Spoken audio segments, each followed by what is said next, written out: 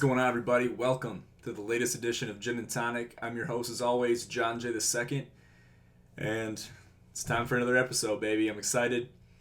Real quick, really happy with the turnout for the International Federation of Beer Dive Grand Tournament. Big thank you to everybody that was a part of it and showed support. Really happy with that event. It's the first of many, so we're looking forward to boosting that and really blowing that one up.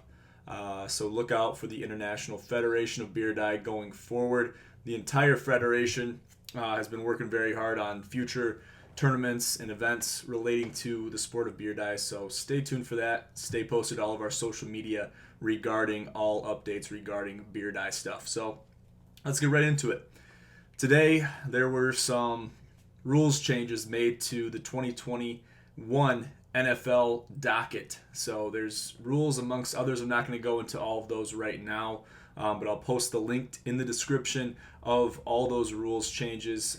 Some of them are below the belt blocking. Once you're outside of a 2-yard box, there's certain rules as far as limiting the space and the run-up on onside kicks. Also, no overtime in preseason games. These are just some of them amongst others. There's a whole slew of them in this article, pretty extensive article released by ESPN earlier today on the subject. So look out for that. I'll post in the description so you can look at it for yourself. Amongst others, and rules similar to that, there has been a number change. They have lifted the regulations on what numbers you can get based on what positions you are playing in the NFL. So I'll kind of go into those briefly here. I have them on my notepad. So quarterbacks, punters, and place kickers can have numbers 1 through 19. DBs can have 1 through 49. Running backs, tight ends, and wide receivers can have 1 through 49 and 80 through 89. Offensive linemen can have 50 through 79. DLs can have 50 to 79 and 90 through 99, and linebackers can have 1 through 59 and 90 through 99. So a little bit of a change there. They kind of lifted the ban on certain numbers for certain positions, and there's been some athletes that have been up in arms about this entire thing, one being the GOAT himself, Tom Brady.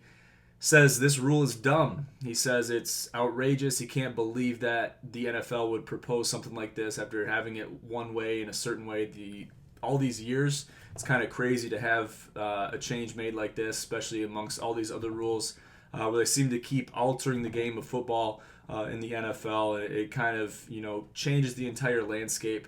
I know if you look at the game of football right now in 2021 or even 2020, the last couple of years, and then compare that to the 70s, 80s, 90s, even the 2000s, the game of football has changed so drastically that it's almost not even the same sport anymore.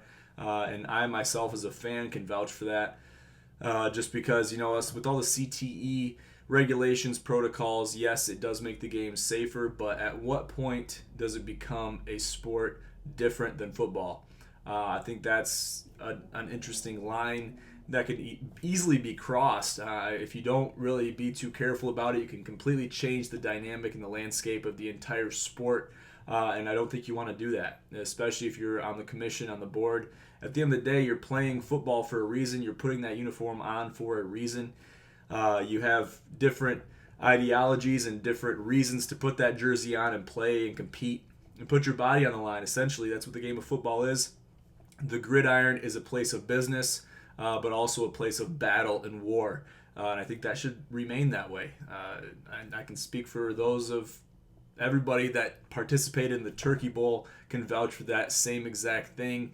They step on the field and they're ready to go into battle. And if they're not ready to cross the Delaware with George Washington and the rest of those guys, then you're in the wrong place and you should get out of the boat and get off the field. So I firmly believe that. I think that the game of football and its integrity needs to stay a certain way and needs to remain the same and have roots where it was born from. We all know there was no CTE regulations. There was no, hitting a defenseless wide receiver. These kind of rules that they're made up and kind of integrated later on once the game of football has grown and developed changes the entire landscape of the game. So I just encourage people in the commission, of the rules and people that are in higher up positions to be mindful of that because people are noticing. Another rule that is kind of taken the internet by storm today is the addition of another rules official or an existing rules official that's watching reviewed plays. So that means a catch that might have not been caught, but certain people might have thought it had been caught. So plays that can be reviewed, out of bounds, touchdowns, stuff like that. So they'll now be bringing in the view of the television broadcast into play and into the reviewing process. So as all of us may know, especially some of us are Lions fans, I can't claim to be one, but I know when I used to be a Lions fan, I would watch certain calls and even calls in games that weren't Lions games. I would be watching them and be like, wow, it's an obvious call. We got to make that call. It seems super obvious. And the refs will be sitting there looking in their viewfinders.